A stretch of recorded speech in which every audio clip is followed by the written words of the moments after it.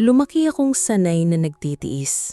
Bata pa lang ako, alam ko na ang pakiramdam ng mapagtawanan dahil lang sa simpleng buhay.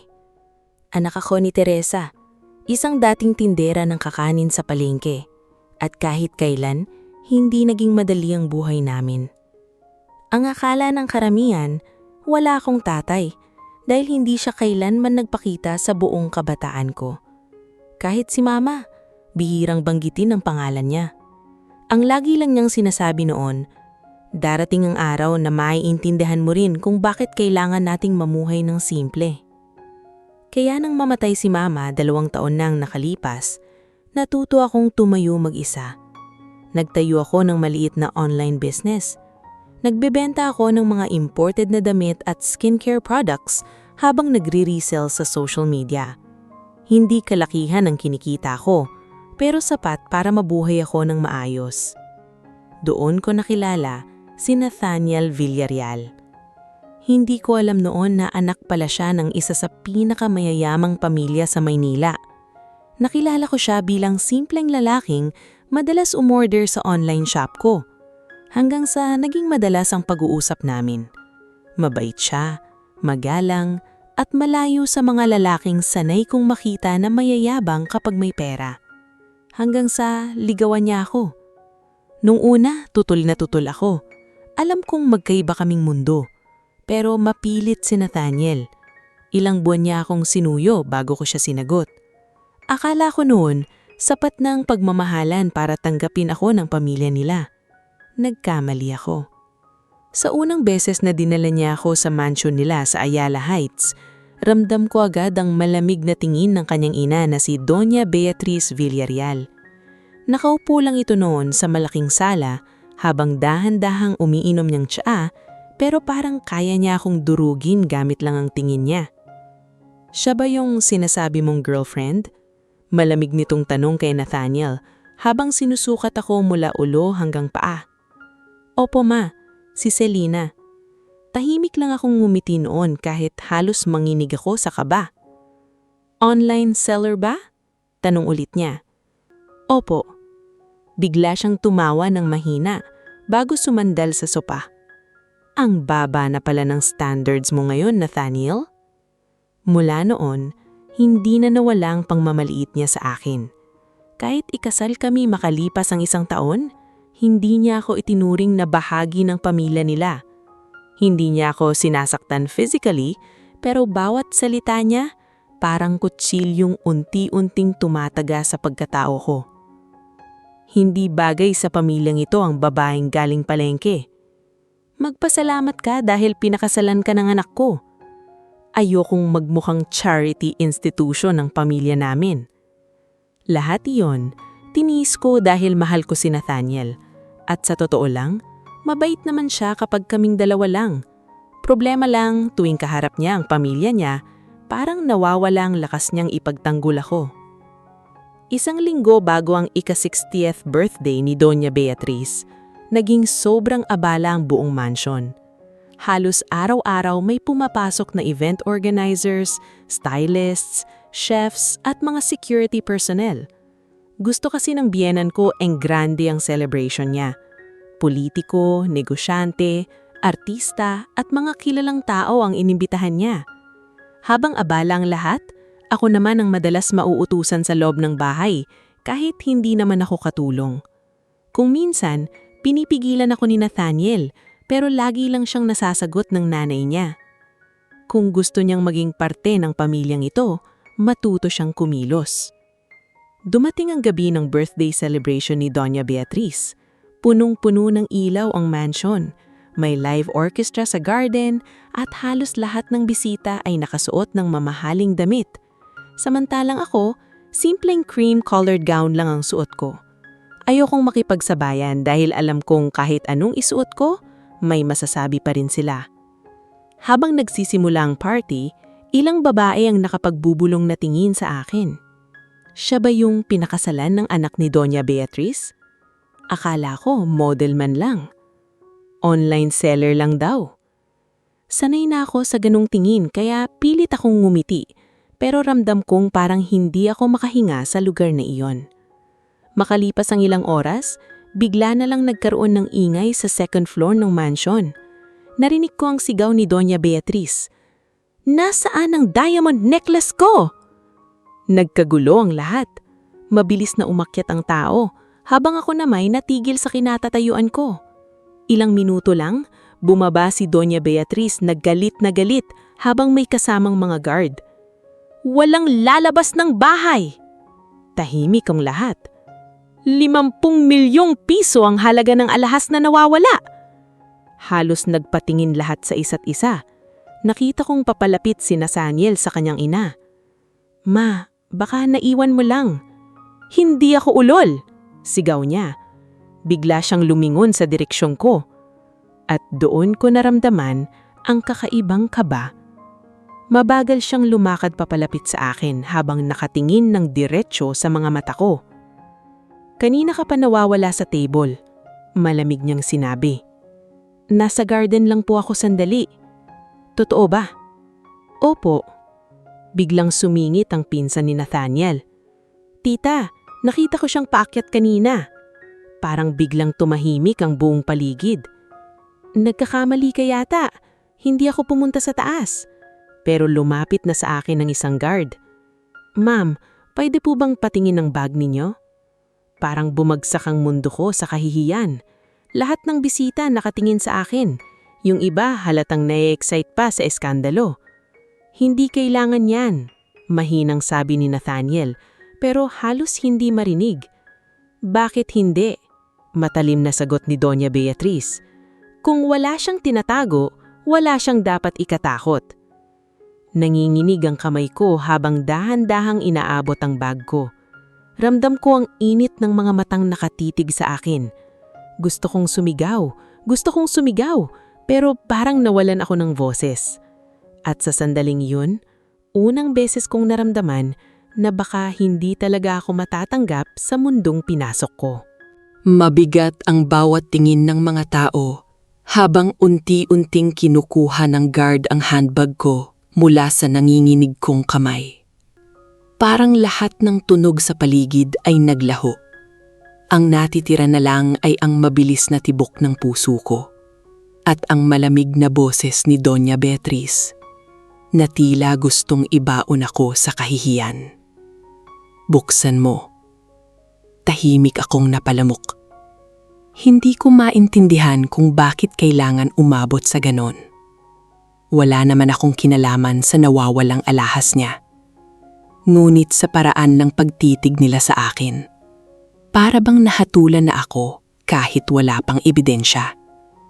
Dahan-dahang binuksan ng guard ang bag ko habang nakapaligid ang ilang bisita. Yung iba halatang curious. Yung iba naman may maliliit na ngisi sa labi na tila ba natutuwa sa nangyayari. Nakaramdam ako ng matinding hiya habang isa-isang inilalabas ng guard ang laman ng bag ko. Makeup pouch, wallet, cellphone, resibo. Wala silang nakita. Saglit akong nakahinga ng maluwag. Ngunit hindi pa rin nawala ang galit sa mukha ni Doña Beatriz. Body search her. Malamig niyang utos. Napatingin ako sa kanya nang hindi makapaniwala.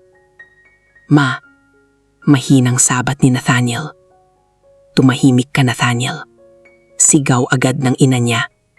"Masyado kang bulag dahil sa babaeng yan." Halos mawalan ako ng lakas nang lumapit sa akin ang isang babaeng guard. Ramdam ko ang paghapdi ng mata ko habang pilit kong pinipigilan ang pag-iyak. Hindi ko akalaing mararanasan kong mapahiya ng ganon sa harap ng napakaraming tao. Hindi ko po kinuha ang alahas. Nanginginig kong sabi. "Lahat ng magnanakaw ganyan ang sinasabi." Sagot ni Doña Beatriz. Dahan-dahang kinapkapan ng babaeng guard ang magkabilang braso ko habang nakatingin ang mga tao. Gusto kong lamunin na lang ako ng lupa sa sobrang hiya. Pakiramdam ko hubad na hubad ako sa harap nila kahit nakasuot ako ng maayos na damit. Makalipas ang ilang segundo, umiling ang guard. "Wala po, ma'am." Tahimik ang bumapaligid. Ngunit hindi pa rin kumbinsido si Doña Beatriz. Nakita kong nanginginig ang labi niya sa galit, habang titig na titig sa akin. Napakagaling mo pala magtago. Hindi po ako magnanakaw. Mahina akong sabi. Talaga, ngumisi siya ng mapait. Kahit kailan hindi ka nababagay sa pamilya namin. Sa ugali mo palang, halatang galing ka sa hirap. Parang may humampas sa dibdib ko sa sinabi niyang iyon. Sanay na akong maliitin niya. Pero iba pala kapag sa harap mismo ng napakaraming tao. Napatingin ako kay Nathaniel. Umaasa akong magsasalita siya.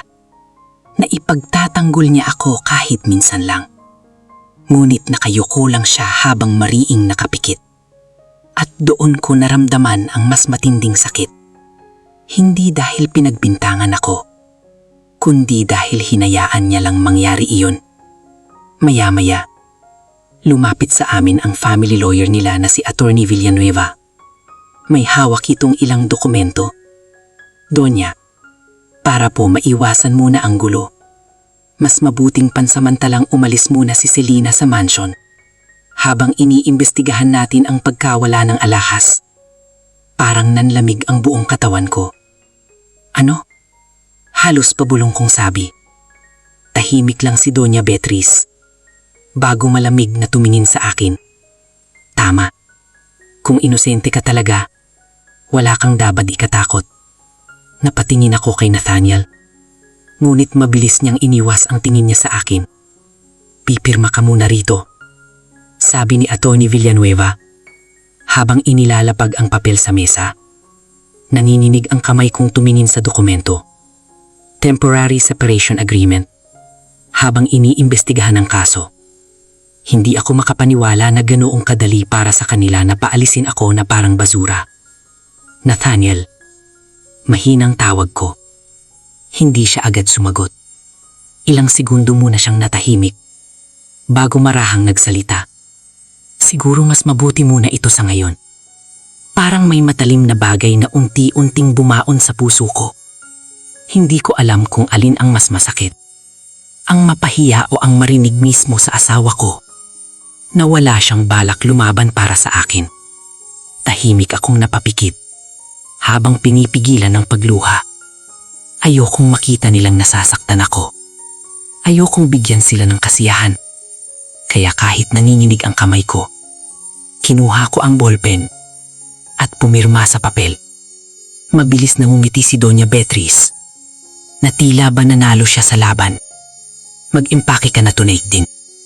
Hindi na ako nagsalita. Tahimik akong umakyat sa kwarto namin. Habang mabigat ang bawat hakbang ko. Pagpasok ko sa silid, doon ko lang tuluyang pinakawalan ang mga luha ko. Hindi ko maintindihan kung paano nangyari ang lahat ng ganoong kabilis. Mula sa engranding birthday celebration, hanggang sa pagiging kahihiyan ng gabing iyon. Habang iniilalagay ko ang mga gamit ko sa maleta, narinig kong bumukas ang pinto. Pumasok si Nathaniel. Ngunit hindi siya makatingin ng diretsyo sa akin. Selena, hayaan mo na. Mahina akong sabi. Habang patuloy sa pag-iimpake. Galit lang si Mama. Napatawa ako ng mapait. Habang pinupunasan ng luha ko. Galit. Mahinahon kong sagot. Pinahiya niya ako sa harap ng lahat, Nathaniel. Tahimik lang siya.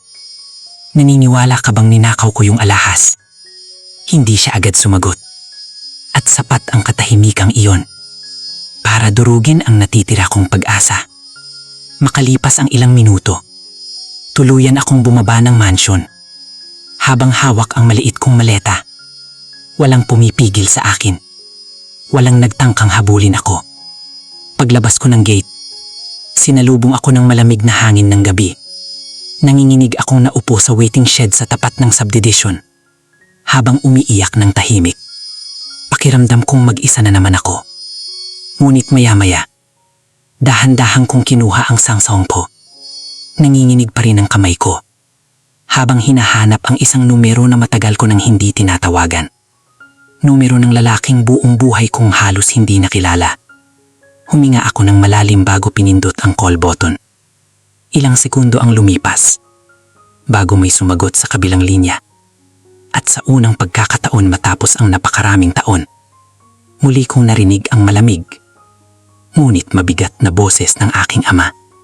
Selena. Halos hindi ako makapagsalita nang marinig ko ang boses ng ama ko sa kabilang linya. Napakaraming taon na ang lumipas mula nung huli ko siyang nakausap. Sa totoo lang, halos buong buhay ko ay lumaki akong walang alaala tungkol sa kanya. Ang tanging naiwan lang sa isip ko ay ang mga gabing umiiyak si mama habang pilit na sinasabing may dahilan kung bakit kailangan kaming layuan ng tatay ko. Pero sa gabing iyon, habang mag-isa akong nanginginig sa waiting shed sa labas ng subdivision ng pamilya Villarreal, parang bumalik lahat ng sakit na pilit kong kinakalimutan. Selena, muli nang tawag sa pangalan ko. Anong nangyari? Hindi ko na napigilan ang pagluha ko. Pa, mahinang sabi ko bago tuluyang nabasag ang boses ko. Pinahiya nila ako. Tahimik siya sa kabilang linya. Ngunit ramdam ko agad ang pagbabago ng tono ng paghinga niya. Parang may malamig na galit na unti-unting nabubuo.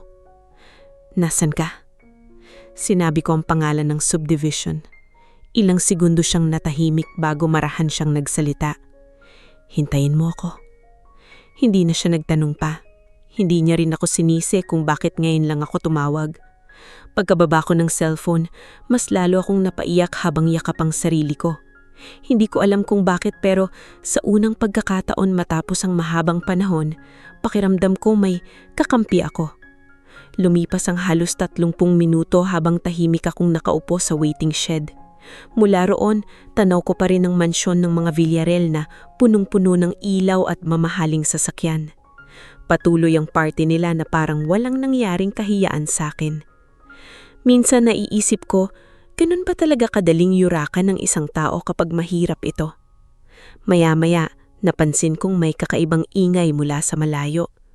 Nung una akala ko simpleng eroplano lang iyon. Ngunit habang palakas ng palakas ang tunog, nagsimulang mapatingin sa langit ang mga tao sa paligid. 3 helikopter. Mabilis silang papalapit sa direksyon ng subdivision. Napakunot noon ang mga guard sa gate habang nagtitiginan ng ilang tao sa labas.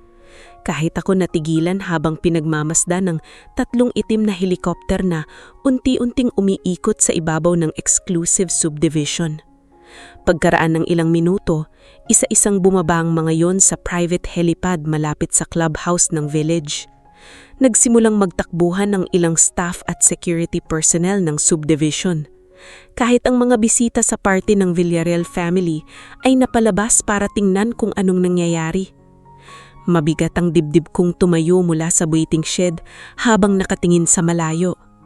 At maya-maya, bumukas ang pintuan ng pinakaunang helicopter. Nauna munang bumaba ang ilang bodyguards na nakasuot ng itim na suit. Sumunod ang 2 lalaking mukhang abogado dahil sa dala nilang mga briefcase. At pagkatapos noon, isang matangkad na lalaking may puting buhok at malamig na titig ang dahan-dahang bumaba mula sa helicopter. Napatigil ang lahat. Kahit malayo ako, agad ko siyang nakilala. Siya ang lalaking nakikita ko lang noon sa mga lumang litrato ni Mama. Ang ama ko. Ang isang kilalang Don Esteban Montenegro. Napansin kong lagbulungan agad ang ilang bisita sa paligid. Si Don Esteban ba yan? Imposible. Akala ko nasa Europe siya. Bakit nandito ang Montenegro Group? Hindi ko lubos na iintindihan ng lahat ngunit ramdam kong biglang nag-iba ang ihip ng hangin sa gabing iyon. Ang mga guard na kanina'y halos itulak ako palabas ay agad na nagtuwid ng tindig habang papalapit ang grupo ng ama ko. Mabagal siyang lumakad papunta sa direksyon ko habang sinusindan ng mga bodyguards. At nang tuluyang siyang huminto sa harapan ko, doon ko nakita ang ekspresyon sa mukha niya. Galit. Hindi yung simpleng galit, kundi galit ng isang ama na huling-huli na lahat bago niya naprotektahan ang anak niya. Tahimik niya akong tinignan mula ulo hanggang sapat sa paan. Kita niya siguro ang magakong mata at ang panginginig ko. Sinaktan ka ba niya? Malamig niyang tanong. Umiling ako agad. Hindi po, pinahiya lang po. Napakuyom ang kamay niya. Sa unang pagkakataon sa buong buhay ko, nakita kong may taong nagalit para sa akin. Maya-maya nagsimulang magsilabasan mula sa mansyon ng pamilya Villarreal kasama ang ibang bisita. Halatang nagulat ang lahat sa pagdating ng helikopter. Nang makita ni Doña Beatriz ang ama ko, literal na nanlaki ang mata niya. Don Esteban? Miging si Nathaniel ay tila hindi makapaniwala habang nakatitig sa amin. Napansin kong biglang nagbago ang ekspresyon ng biyankan ko. Kanina lang galit na galit siya at halos durugin ako sa harap ng mga tao. Pero ngayon, halatang namumutla siya. Tahimik niyang tinignan ng ama ko si kanya. At ikaw ang nagpahiya sa anak ko. Biglang natahimik ang buong paligid. Parang walang may gustong huminga. Esteban, may misunderstanding lang po. Putol agad siya habang malamig na nakatitig si kanya. Misunderstanding? Pinagkapkapan ninyo ang anak ko sa harap ng mga tao. Walang makasagot. Napansin kong lumapit si Nathaniel sa akin. Selena, bakit hindi mo sinabi? Mabagal akong napatingin sa kanya. Na ano? Halos mawalan siya ng boses. Na anak ka ni Don Esteban Montenegro. Napatawa ko ng mahina pero puno ng sakit. Dahil kahit sabihin ko, naliwala ka bang tatanggapin pa rin ako ng pamilya mo? Wala siyang masagot. Samantala, tuloy pa rin ang malamig na pagtitig ng ama ko si Doña Beatriz. At ngayong nandito ako, gusto kong malaman kung sino ang may lakas ng loob na tawaging magnanakaw ang anak ko. Tahimik ang buong paligid matapos magsalita ang ama ko. Kahit ang mga bisitang kanina'y abala sa pagbubulungan, ay tila natigilan habang nakatingin kay Doña Beatriz. Kitang-kita ko kung paano siya nawalan ng dating tikas. Ang babaeng kanina lang ay halos durugin ako sa kahihiyan, ngayoy hindi makatingin ng diretsyo sa ama ko. Ngulit kahit nanginginig ang mukha niya, pilit pa rin niyang inayos ang postura niya. Don Esteban, nawawala po talaga ang alahas ko. Wala naman po kaming intensyong insultuhin ng anak ninyo. Talaga? Malamig na sagot ng ama ko. Kaya ninyo siya pinakapkapan sa harap ng mga bisita? Walang nakasagot. Mabagal na lumingon ang ama ko sa isa sa mga lalaking kasama niya. Agad namang lumapit ang abogado niyang, si Attorney Salcedo, habang may hawak na tablet at ilang dokumento.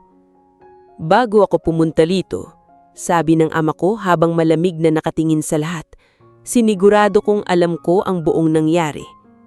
Napakunot noo si Doña Beatriz. Anong ibig ninyong sabihin? Hindi agad sumagot ang ama ko.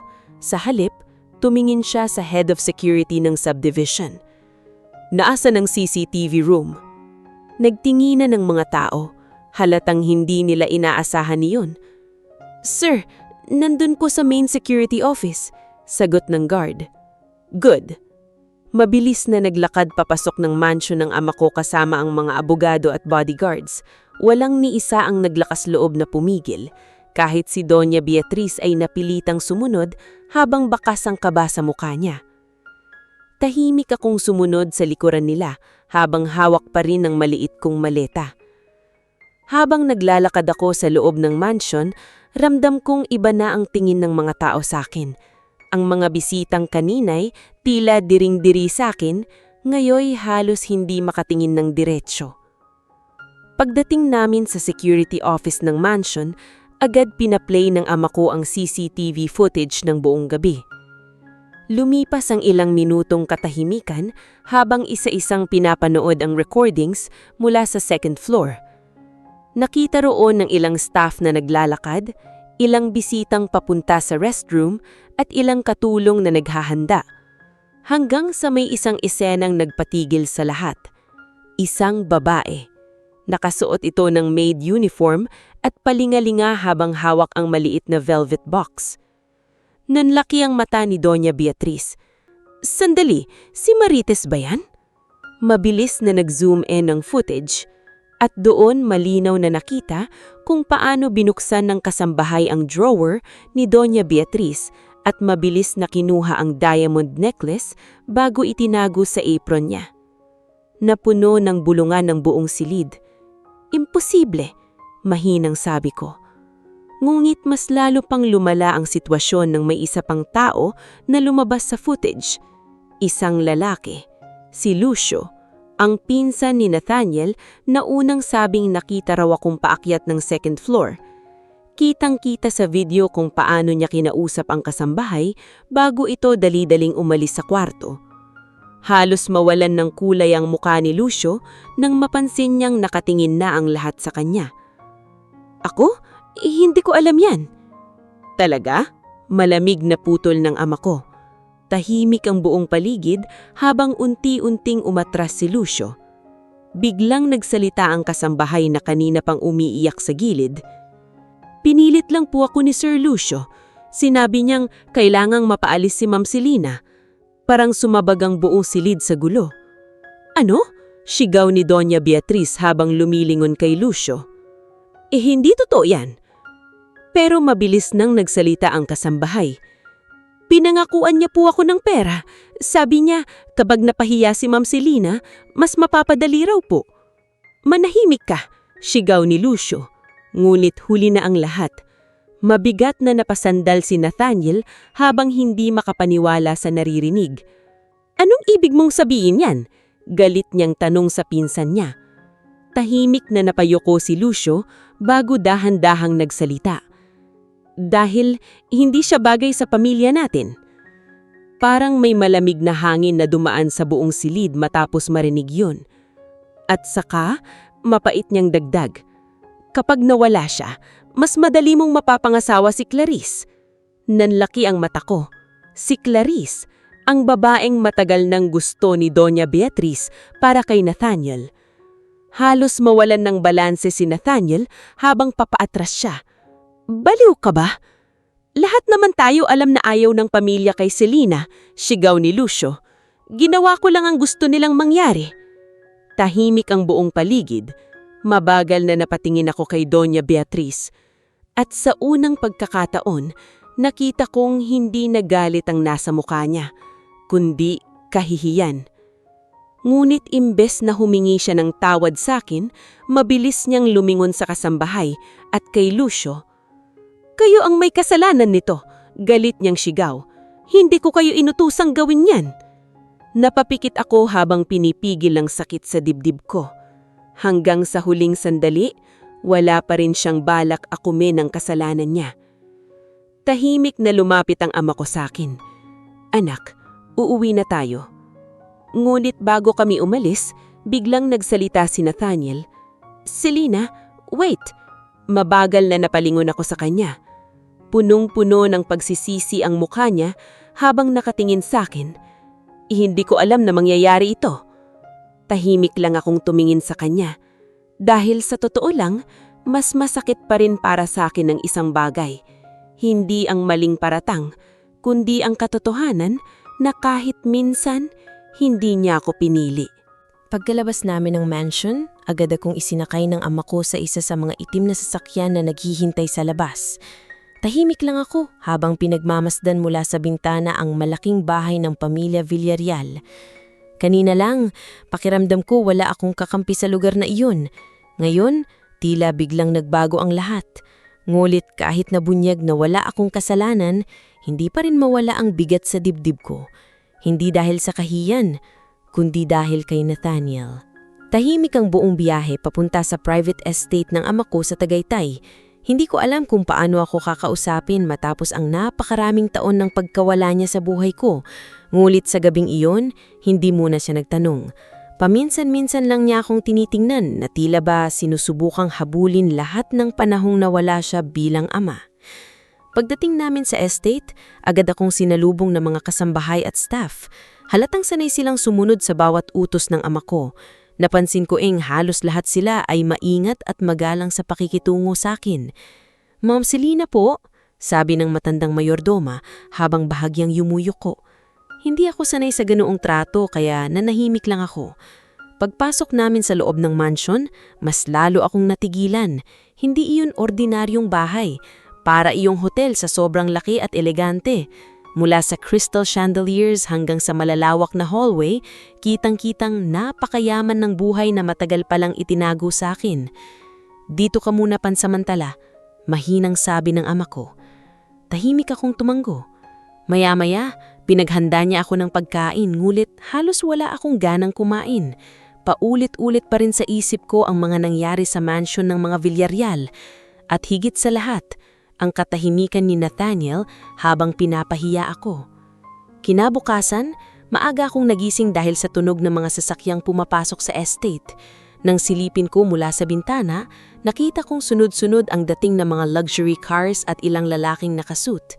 Napansin kong seryosong-seryoso ang ama ko habang kausap ang mga ito sa garden. Makalipas ang ilang minuto, kumatok sa pintuan ko si Attorney Salcedo. "Ma'am Selina," magalang niyang sabi, "hinihintay ka po ni Sir Esteban sa office." Pagpasok ko sa opisina ng ama ko, agad kong napansing may ilang dokumentong nakalatag sa mesa. Nakaupo roon ang ama ko habang tahimik na umiinom ng kape. "Umupo ka," sabi niya. Dahan-dahan akong umupo sa harap niya. "May kailangan kang malaman." Tahimik lang akong nakinig. "Kagabi pa lang," sabi niya habang inaayos ang mga papeles, nagsimula nang umatras ang ilang investors sa Villarreal Holdings. Napakunot noo ako. "Bakit?" Diretso niya akong tiningnan.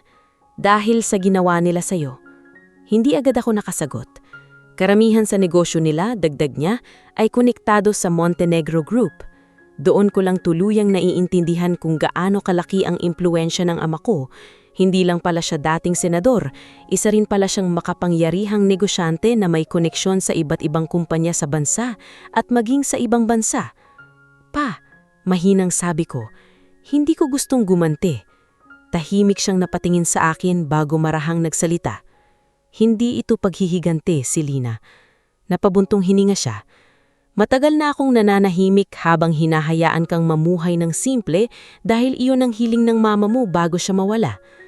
Pero hindi ibig sabihin nun, papabayaan kang apihin." Hindi ko alam kung ano ang isasagot ko. Makalipas ang ilang oras, habang nasa veranda ako, biglang dumating si Nathaniel. Halatong puyat siya at hindi maayos ang itsura. Agad siyang pinapasok ng mga guard matapos magpaalam sa ama ko. Tahimik siyang lumapit sa akin. "Selina," hindi ako agad nagsalita. "Pwede ba tayong mag-usap?" Mabagal akong tumanggo. Umupo siya sa harap ko ngunit ilang segundo muna siyang natahimik. "Sorry." Tahimik lang akong nakatingin sa malayo. Alam kong wala akong karapatang humingi ng tawad pero hindi ko alam na gagawin nila iyon. Napatawa akong nahina ngunit walang saya. "Pero hinayaan mo pa rin." Napayuko siya. Hindi ko kayang kalabanin si mama. Parang may kumurot sa puso ko sa narinig ko. "Hindi mo kayang kalabanin siya," malahimhon kong sabi, pero kinaya mong pabayaan akong mapahiya. Hindi siya makatingin sa akin. Tahimik kaming dalawa ng ilang segundo bago niya muling binasag ang katahimikan. "May gusto akong sabihin sa'yo." Mabagal akong napatingin sa kanya. Humina siya ng malalim. "May relasyon ako kay Clarice." Parang biglang tumigil ang mundo ko. Kahit handa na siguro akong masaktan, iba pa rin pala kapag narinig mo mismo ang katotohanan. "Kailan pa?" Mahinang tanong. Napapikit siya.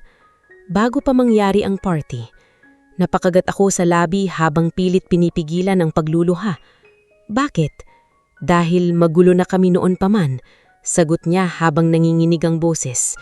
"At palaging pinipilit ni mama na si Clarice ang dapat kong pakasalan." Parang unti-unting nadudurog ang natitirang parte ng puso ko. Hindi pala sapat lahat ng tiniis ko para piliin niya ako. Tahimik akong tumayo at lumapit sa mesa sa gilid kung saan nakalagay ang ilang dokumentong iniwan ni Attorney Salcedo kanina. Mga annulment papers. Dahan-dahan kong iyong kinuha bago inilapag sa harap niya. Nalaki ang mata niya. "Selina." Pagod na ako. "Nathaniel."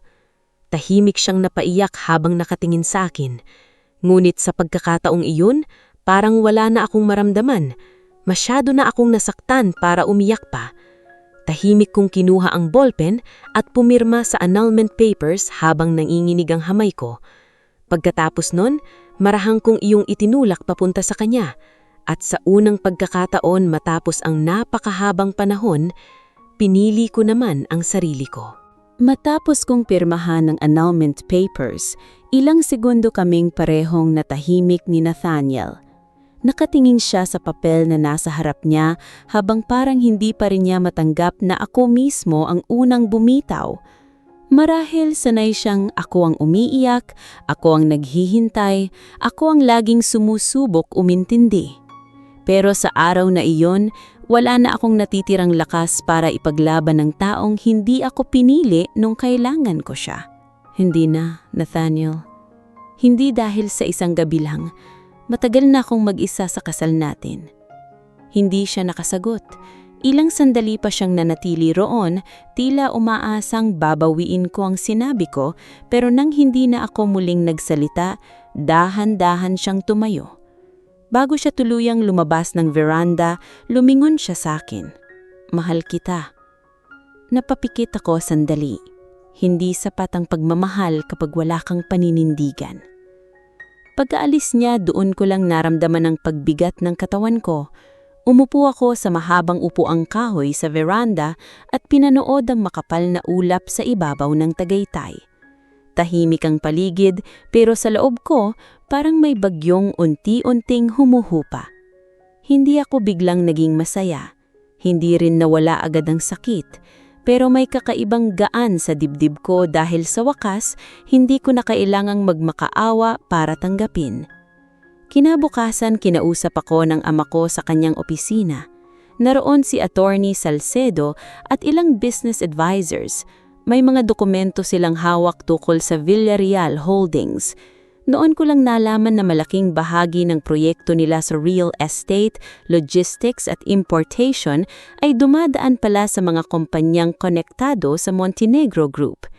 Noon ko lang naintindihan kung bakit ganoon kabilis natakot si Doña Beatriz nang makita niya ang ama ko.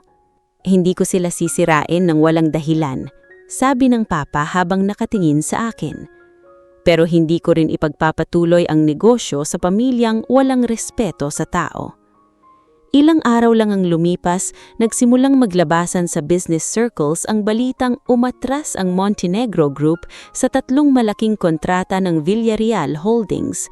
Walang iskandalong inilabas sa media, walang paninira, walang pahayag na makakasira sa pangalan nila. Tahimik lang na binawi ng ama ko ang suporta at sapat na iyon para manginig ang buong kumpanya nila. Sunod-sunod tumawag ang investors, may mga partner na nagdadahilan na kailangan munang pag-aralan muli ang kontrata. May bangko ring biglang humingi ng karagdagang dokumento bago maglabas ng loan. Sa loob lamang ng 1 linggo, narinig kong nagkaroon ng emergency board meeting ang pamilya Villarreal. Hindi ako natuwa sa pagbagsak nila. Hindi iyon ang naramdaman ko. Sa halip, nalungkot ako dahil naisip kong kung marunong lang sana silang respeto, hindi sana sila darating sa ganoon. Pero sabi nga ni Papa, may mga taong natutulo lang kapag nawala ang bagay na matagal nilang inabuso.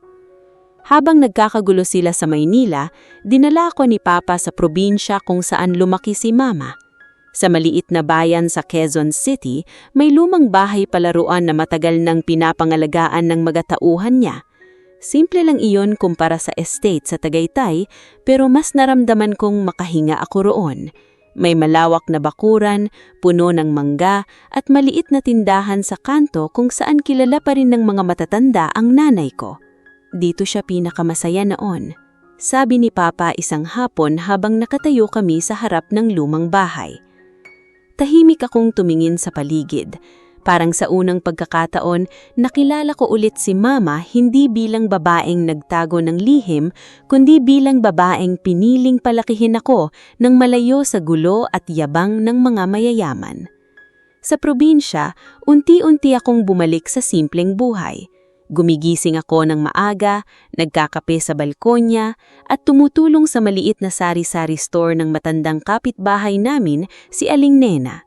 Hindi nila ako tinetrato bilang anak ng mayaman, para lang akong ordinaryong babae na bumibili ng pandesal, nakikipagkwentuhan sa palengke, at natutulong nungumiti kahit may kirot pa sa puso. Minsan, naiisip ko pa rin si Nathaniel. Naiisip ko ang mga panahong naging masaya kami. Pero bawat alaala ng saya, sinusundan ng alaala ng katahimikan niya noong pinapahiya ako. Doon ko naintindihan na hindi lahat ng mahal mo ay dapat mong balikan.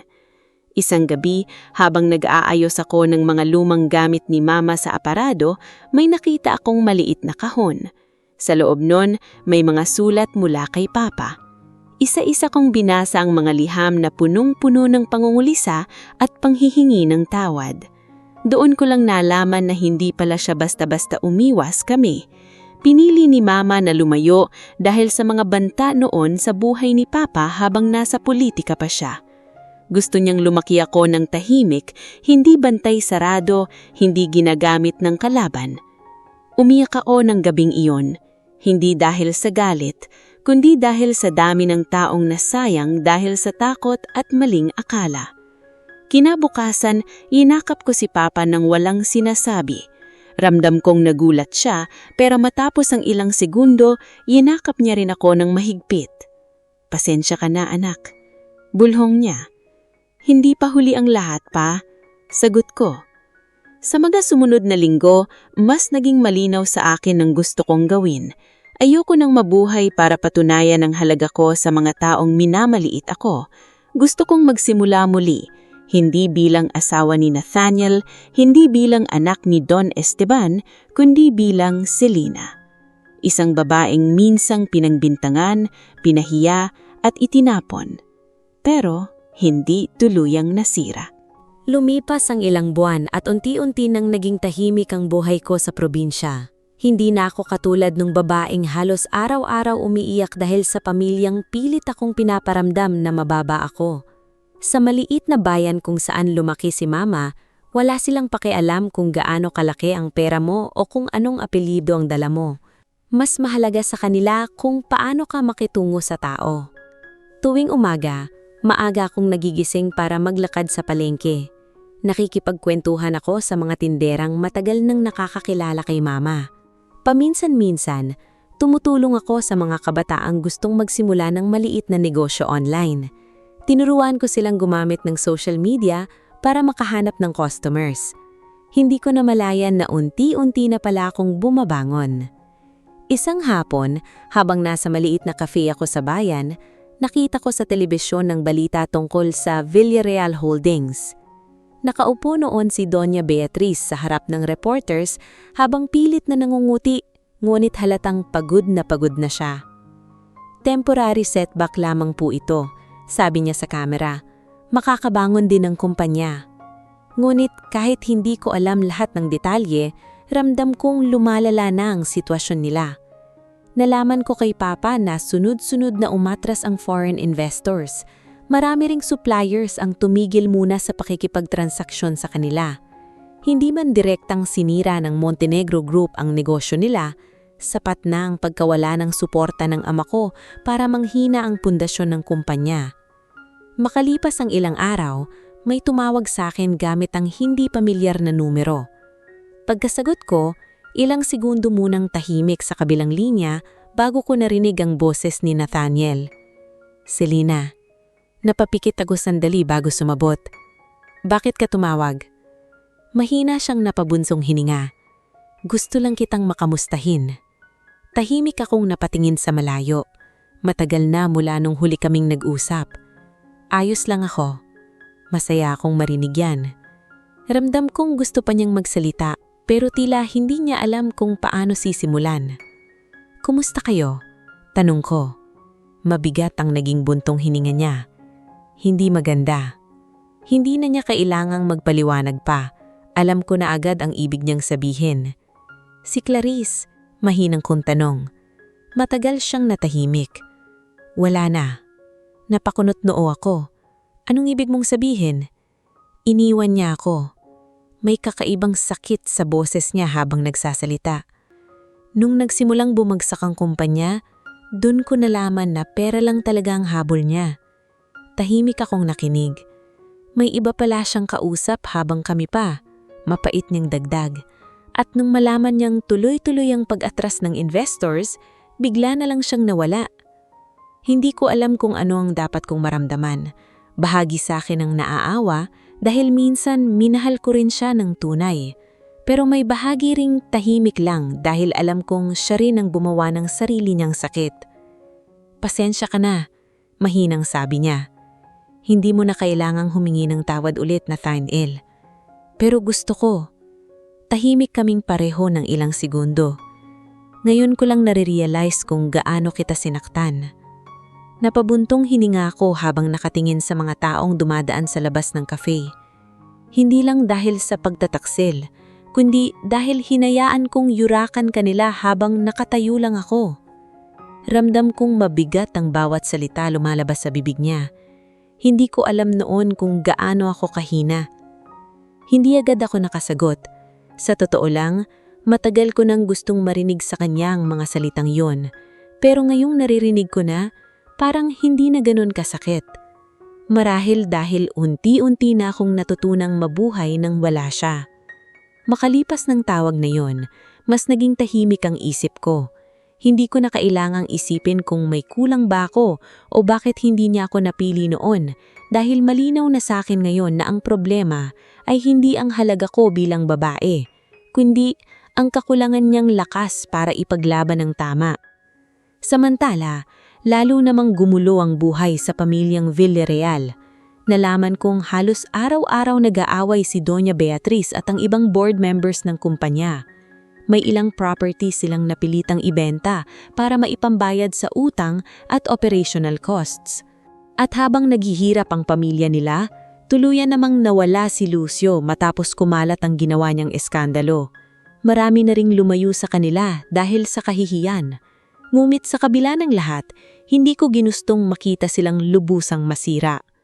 Isang araw, habang tumutulong ako sa isang grupo ng kababaihan sa barangay na gustong magsimula ng maliit na negosyo online, may lumapit sa akin na matandang babae. Anak, nangiting sabi nito sa akin, ang bait mo talaga, hindi ka nagbago kahit mayaman ka pala. Napangiti ako ng mahina. Hindi naman pera ang sukatan ng pangkatao. At habang nakatingin ako sa mga simpleng taong masaya na may konting kita at tahimik na buhay, doon ko lalong naintindihan ang isang bagay. Mas mayaman pa rin ang pusong marunong respetarin kesa sa pamilyang puno ng pera pero walang malasakit sa kapwa. Maya-maya, may pumaradang sasakyan sa tapat ng barangay hall. Bumaba roon ang assistant ng ama ko at mabilis na lumapit sa akin. Ma'am Selina, seryosong nito sabi, pinapatawag po kayo ni Sir Esteban. May mahilagang gusto raw po siyang pag-usapan tungkol sa Villarreal Holdings. Napakunot noo ako. Ano pong meron? Saglit na nag-atubili ang assistant bago marahang nagsalita. Parang may mas malalim pa pong problema sa loob ng kumpanya. Kinagabihan, agad akong bumalik sa Tagaytay matapos sunduin ng assistant ng ama ko. Buong biyahe, hindi mapakali ang isip ko. Hindi ko alam kung anong bagong problema ang kinasasangkutan ng pamilya Villarreal. Akala ko noon, sapat na ang pagbagsak ng negosyo nila bilang kapalit ng lahat ng ginawa nila. Ngunit sa tono pa lang ng assistant ni Papa, ramdam kong mas mabigat pa ang sitwasyon. Pagdating ko sa estate, nadatnan ko agad ang ama ko sa opisina niya. Nakatayo siya sa harap ng malaking bintana habang may hawak na tablet. Pagharap niya sa akin, baka sa mukha niyang seryosong ekspresyon. May bagyong tumama sa Batangas at Quezon, agad niyang sabi.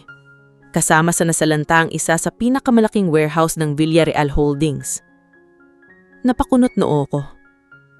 Ano pong nangyari? Halos lahat ng produkto nila roon nasira. May ilang empleyado ring nawala ng tirahan dahil binaha ang area. Pahimik akong napaupo habang pinapakinggan siya. Kanina pa tumatawag ang ilang suppliers nila. At ayon sa reports, halos wala nang maibayad ang kumpanya sa mga empleyado. Hindi ko alam kung bakit, pero biglang bumigat ang dibdib ko. Hindi dahil sa kumpanya mismo, kundi dahil sa mga ordinaryong trabahador na maaapektuhan sa pagbagsak nila. Naalala ko kung paano ring maghirap noon si Mama para lang may maipakain sa akin. Nasaan si Nathaniel? Tanong ko. Abala sa pag-aayos ng damages. Sagot ni Papa, pero mukhang hindi na nila kakayaning mag-isa. Tahimik akong napatingin sa mesa. Ilang segundo akong nag-isip bago marahang nagsalita. Pa, gusto kong tumunong. Agad niya akong tinignan. Sigurado ka? Tumanggo ako. Hindi para sa kanila. Paliwanag ko. Para sa mga empleyadong mawawalan ng trabaho. Matagal niya akong tinitigan bago marahang napangiti. Kagaya ka talaga ng mama mo. Kinabukasan, bumiyahe kami papunta sa isa sa mga evacuation area sa Batangas kung saan dinala ang ilang empleyado ng Villareal Holdings. Pagdating namin doon, agad akong sinalubong ng amoy ng putik, basang kahoy at pagod na mga tao.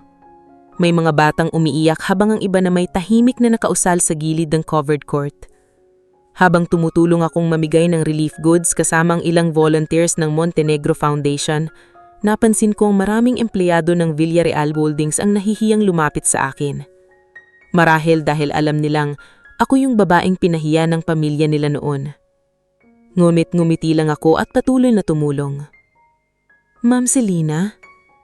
Napalingon ako nang marinig ang mahinang tawag ng isang babae.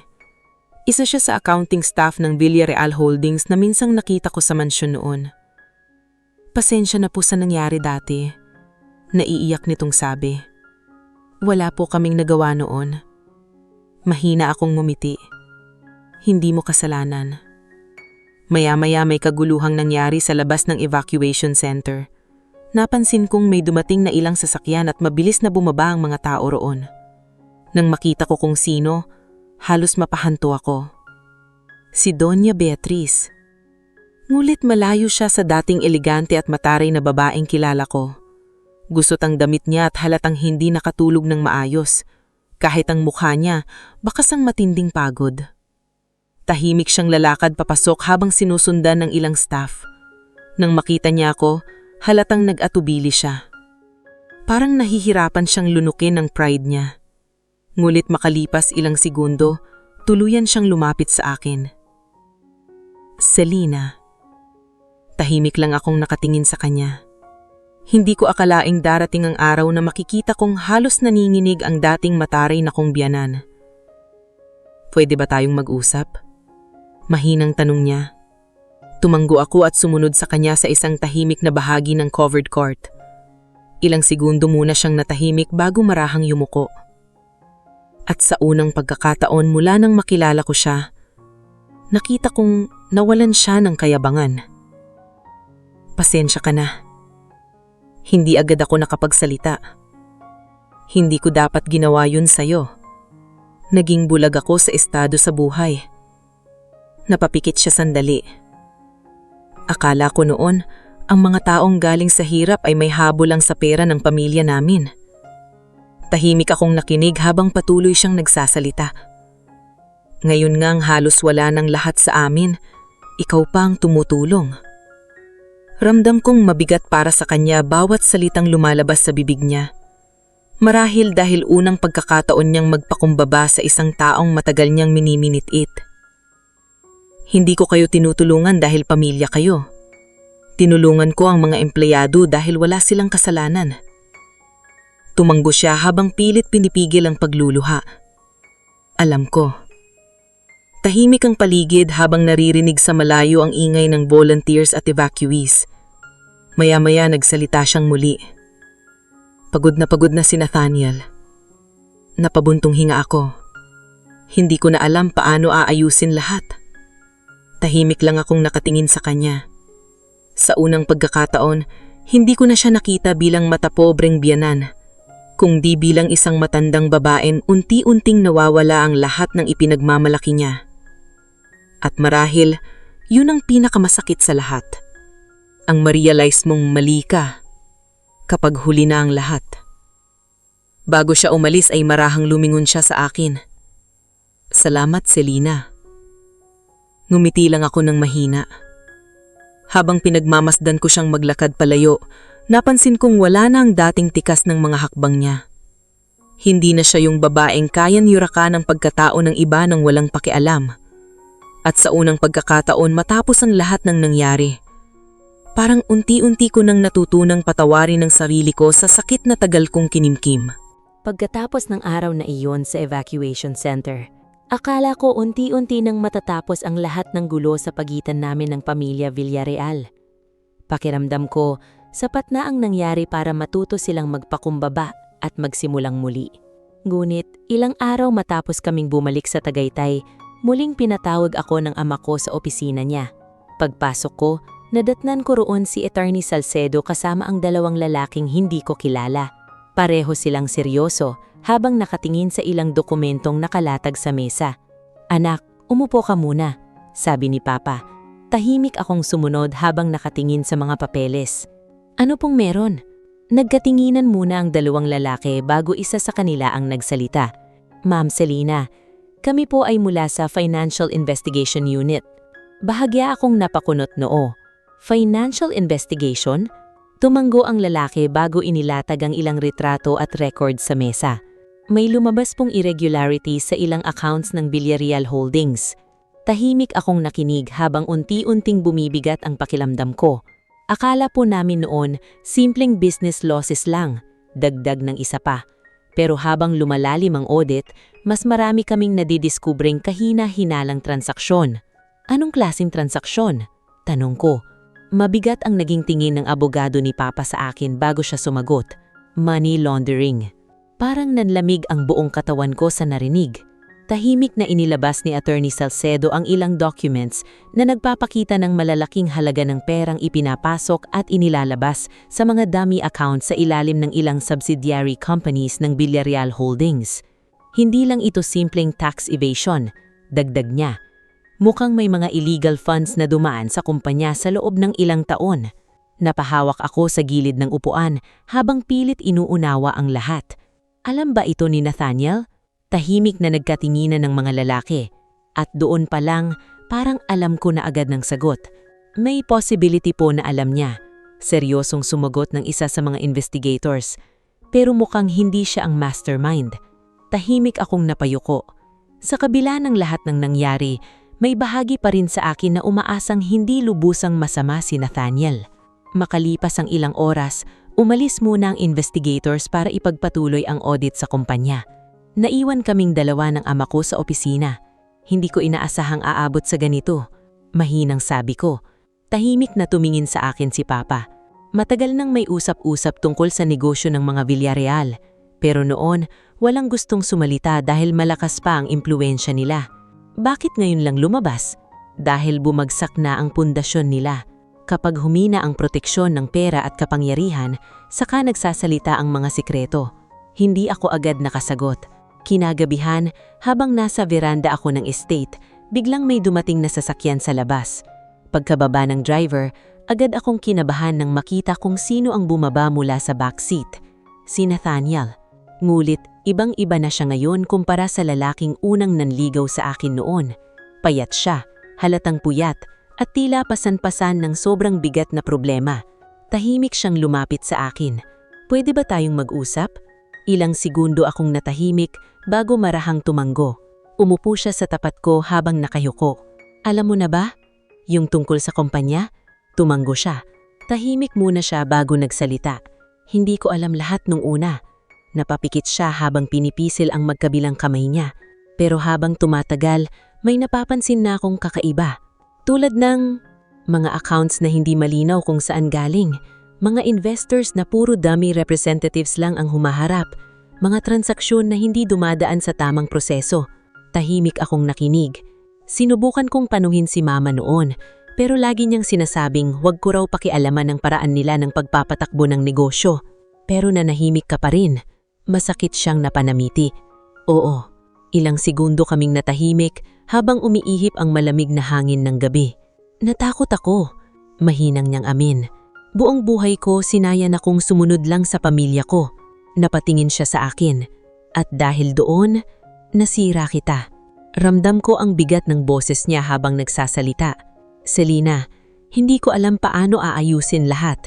Napabuntong hinga ako habang nakatingin sa malayo.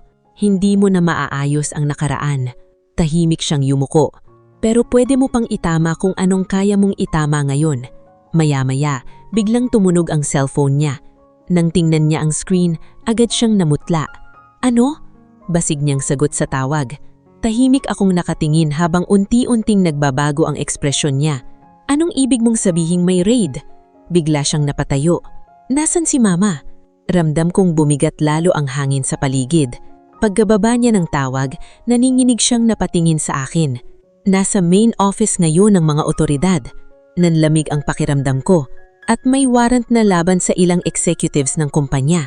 Tahimik siyang napaupo habang napapahawak sa ulo. Sa unang pagkakataon, nakita kong tuluyan nang nabasag ang dating matatag na mundo ng pamilya Villarreal. At habang pinagmamasdan ko si Nathaniel na unti-unting linalamon ng mga kasalanan at lihim ng pamilya niya, doon ko na-realize na minsan, mas mabigat pa pala ang katotohanan kaysa sa pagkawala ng pera o kapangyarihan. Hindi na nakabalik sa upuan si Nathaniel matapos niyang marinig ang balita tungkol sa raid sa main office ng Villarreal Holdings. Paulit-ulit niyang tinatawagan ng mga tao nila, ngulit halos walang sumasagot. Ang ilang sumagot naman, puro putol-putol ang boses dahil sa takot. Naririnig ko sa kabilang linya ang ingay ng mga opisyal, pagbukas ng drawers at pagmamadaling hakbang ng mga empleyadong hindi alam kung saan pupunta. "Ma, sagutin mo naman," bulong ni Nathaniel habang nakatitig sa cellphone niya. Tahimik lang akong nakatayo sa gilid. Hindi ko alam kung dapat ba akong maawa o manatiling malayo.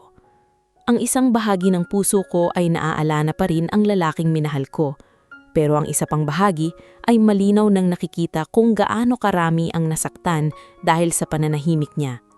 Makalipas ng ilang minuto, bumukas ang pinto ng opisina ni Papa. Lumabas si Attorney Salcedo na may hawak na folder. "Nathaniel, mas mabuting pumunta ka sa opisina, pero huwag kang magsasalita ng walang abogado." Napatingin sa akin si Nathaniel parang humihingi ng lakas. "Si Lina." Hindi ko siya nilapitan, hindi dahil wala akong puso, kundi dahil alam kong may mga laban na kailangan niyang harapin ng mag-isa. "Gawin mo ang tama," sabi ko. Napayuko siya at dahan-dahang tumanog bago mabilis na umalis. Kinabukasan, sunod-sunod na lumabas ang balita tungkol sa Villarreal Holdings. May ilang executives na dinala sa kustodya para sa investigasyon. Ang iba naman ay pinatawag para magbigay ng pahayag. Lumabas din na may ilang properties at accounts na pansamantalang ipina-freeze habang sinusuri ang pinagmulan ng pera. Hindi pa direktang pinangalanan sa unang mga ulat si Doña Beatriz, pero alam ng lahat na siya ang matagal nang may hawak ng maraming desisyon sa kumpanya. Ilang beses kong nakikita sa telebisyon ang mukha niyang pagod at namumutla habang inaalayayan palabas ng opisina. Wala na ang dating angas niya. Wala na ang babaeng kayang sumigaw at manghamak ng tao sa harap ng lahat. Ilang araw matapos iyon, nakatanggap ako ng tawag mula kay Nathaniel. "Si Lina?" Mahinang sabi niya. "Nasa hospital si Mama." Nanahimik ako. "Nakolaps siya kagabi. Stress daw at sobrang taas ng blood pressure." Hindi ko alam kung bakit, pero kahit dami niyang ginawa sa akin, may kirot pa rin akong naramdaman. Siguro dahil kahit anong sakit ang idinulot niya, hindi ko kayang matuwa sa paghihirap ng ibang tao. "Gusto kong makita," dagdag ni Nathaniel. Napapikit ako sandali. Matagal akong hindi sumagot. Hindi ko alam kung kaya ko. Naiintindihan ko, pero sabi niya, kailangan niyang makausap kahit saglit. Kinahapunan, pumunta ako sa ospital kasama si Papa. Hindi siya nagsalita buong biyahe, pero ramdam kong nandun siya para masiguradong hindi na ako muling masasaktan. Pagdating namin sa private room, nadantanan namin si Doña Beatriz na nakahiga, maputla, mahina at malayo sa dating matayog na imahe niya. Pagpasok ko, dahan-dahan niyang lumingon. "Si Lina." Hindi ako agad lumapit. Nanatili akong malapit sa pinto habang tahimik na nakatingin sa kanya. "Salamat at pumunta ka," mahinang sabi niya.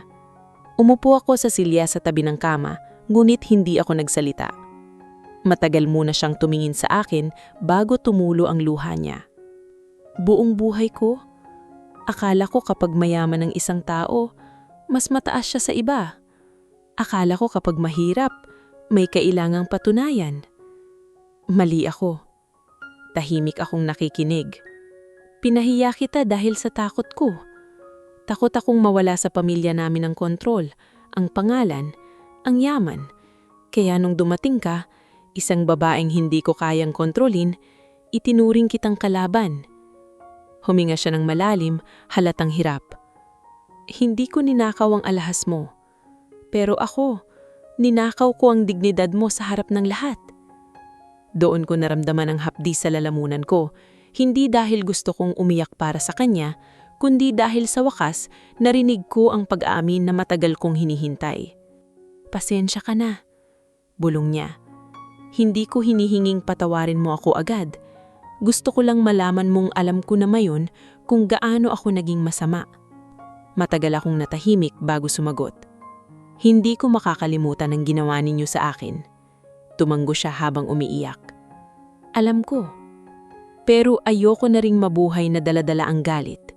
Kaya pinapatawad ko, hindi dahil deserve mo agad, kundi dahil deserve ko na maging malaya. Mas lalo siyang napaiyak. Sa gilid ng kwarto, nakita kong napayoko si Nathaniel habang pinipigilan ng sarili niyang luha. Paglabas ko sa hospital room, sumunod siya sa akin sa hallway.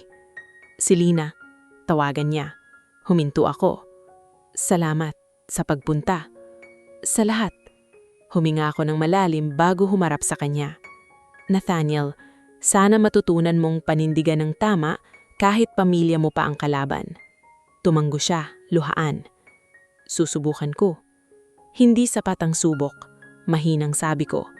Kailangan mong gawin. Makalipas ng ilang linggo, nagbigay siya ng opisyal na statement sa mga otoridad. Inamin niya ang mga nakita niyang kahinahinang transaksyon noon at ibinigay ang lahat ng dokumento na mayroon siya. Dahil doon, mas lumalim ang investigasyon, ngunit gumaan ang pananggutan ng ilang empleyadong nadamay lang.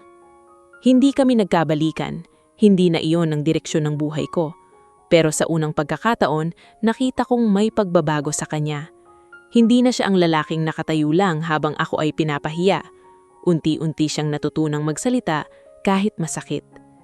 At ako naman, habang pinagmamasdan ng pagbagsak ng pamilyang minsang ng mata sa akin, natutunan kong ang tunay na tagumpay ay pala hindi ang makitang lumuhod ang nanakit sa'yo, kundi ang makaalis ka sa sakit nang hindi nagiging katulad nila. Makalipas ang 2 taon, ibang-iba na ang buhay ko. Hindi na ako ang Selena na nanginginig sa harap ng mga taong nanghuhusga. Hindi na ako ang babaeng paulit-ulit na humihingi ng puwang sa mundong ayaw siyang tanggapin. Sa tulong ni Papa, naitayo ko ang sarili kong negosyo para sa maliliit na online sellers at probinsyanong gustong magsimula ng kabuhayan. Tinawag ko itong Teresa Collective bilang pag-aalala kay Mama dahil siya ang unang nagturo sa akin na hindi nakakababa ng pagkatao ang simpleng pamumuhay. Sa simula, maliit lang ang pangarap ko. Gusto ko lang tulungan ng mga nanay, dalaga, at kabataang marunong gumawa ng produkto pero walang puhunan at kaalaman sa pagbebenta online. Ngunit dahil sa sipag ng mga taong kasama ko, lumaki ang proyekto hanggang maging ganap na kumpanya.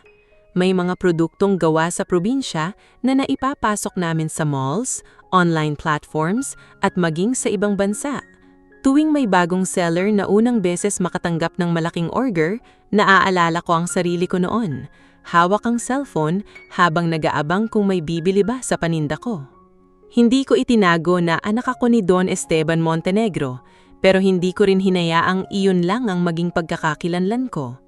Madalas sabihin ni Papa na proud siya sa akin, hindi dahil sa kinikita ng kumpanya, kundi dahil pinili kong gamitin ang pagkakataon para iangat ang iba. Sa bawat event, lagi siyang nakaupo sa likod, tahimik lang, pero alam kong nakangiti siya habang pinapanood akong magsalita. Isang hapon, inimbitahan ako sa isang charity event para sa mga empleyadong nawalan ng trabaho dahil sa mga kumpanyang nagsara. Doon ko ulit nakita si Nathaniel. Hindi na siya nakasuot ng mamahaling suit na dati niyang laging dala. Simple ang polo niya, hawak ang clipboard at tumutulong sa pag-aayos ng registration table. Saglit kaming nagkatinginan, hindi na masakit tulad noon. May kirot pa rin pero hindi na sugat. Parang peklat na lang na nagpapaalala kung gaano kalayo narating. Lumapit siya sa akin nang matapos ang program. Salina, sabi niya ng mahina. Ngumiti ako ng kaunti. Nathaniel, ilang segundo kaming natahimik. Sa katahimikang iyon, naramdaman kong pareho kaming nagbago. Wala na ang dating bigat. Wala na ang galit na pumipigil sa paghinga ko. Narinig ko ang tungkol sa Teresa Collective. Sabi niya, ang dami mong natulungan. Sinubukan ko lang magsimula ulit. Umiling siya ng mahina. Hindi lang iyon, ginawa mong lakas ang lahat ng sakit na ibinigay namin sa iyo. Hindi ako sumagot agad. Tumingin ako sa mga taong abala sa paligid, sa mga pamilyang kumukuha ng relief packs, sa mga dating empleyadong may pag-asang makahanap muli ng trabaho. Kailangan kong gawin. Kung hindi, baka kainin ako ng galit. Napayuko siya. Maraming beses kong gustong humingi ulit ng tawad, pero alam kong hindi sapat ang salita. Tama ka, hindi sapat ang salita. Pero nakita ko namang sinusubukan mong ayusin ang buhay mo. Tumanggo siya. Nagsimula ako sa mababa, regular employee lang sa isang non-profit, walang pangalan ng Villarreal, walang koneksyon. Nung una, nahirapan ako, pero doon ko natutunan kung paanong maging tao nang hindi umaasa sa apelyido. May lungkot sa ngiti niya, pero may kapayapaan din. Kumustang mama mo? Sabi niya. Mas maayos na. Sagot ko. Hindi na siya gaya noon. Tahimik na siya ngayon sa bahay. May mga araw na umiiyak pa rin siya sa pagsisisi, lalo na kapag naaalala ka niya. Hindi ko alam kung ano ang sasabihin, kaya tumanggo na lang ako. Matagal ko nang binitawan ang bigat na yun, hindi dahil burado na ang lahat, kundi dahil hindi ko na kailangang balik-balikan para lang patunayan na nasaktan ako. Salamat, sabi ni Nathaniel, hindi lang sa pagpapatawad, kundi sa pagiging dahilan kung bakit natuto akong tumayo sa tama. Tiningnan ko siya ng diretsyo. Hindi ako ang dahilan, Nathaniel. Ikaw ang pumili niyan. Sana tuloy-tuloy mo lang. Tumanggo siya habang namumula ang mata. Hindi na niya ako hiniling bumalik. Hindi na rin ako naghintay na sabihin niya iyon. Pareho naming alam na tapos na ang bahagi namin sa buhay ng isa't isa. May mga taong minamahal natin hindi para makasama habang buhay, kundi para turuan tayo kung kailan dapat kumapit at kailan dapat bumitaw. Paglabas ko sa venue, nakita ko si Papa sa tabi ng sasakyan. Nakatingin siya sa akin na may mahinang ngitik. Ayos ka lang? Tanong niya. Opo, mas ayos kesa dati. Lumapit siya at hinawak ang balikat ko. Proud ang mama mo sa'yo. Napatingin ako sa langit. Sa unang pagkakataon, hindi ko na naramdaman ang bigat ng lahat ng nawala. Instead, naramdaman ko ang pasasalamat sa lahat ng natira. Minsan, ang taong pinagbintangan, pinahiya, at tinawag na pulubi, siya palang matututong magmahal ng mas malawak. Hindi para patunayan sa mga nangmata sa kanya na mali sila, kundi para ipakita sa sarili niya na kahit ilang beses kang tapakan, may dignidad kang hindi nila kayang nakawin. At sa dulo, hindi pala pinakamalakas ang taong maraming pera, maraming bodyguard, o dumarating sakay sa helicopter. Ang pinakamalakas pala ay yung marunong bumangon ng hindi ginagawang tahanan ng galit at marunong magpatawad ng hindi kinakalimutan ang sariling halaga.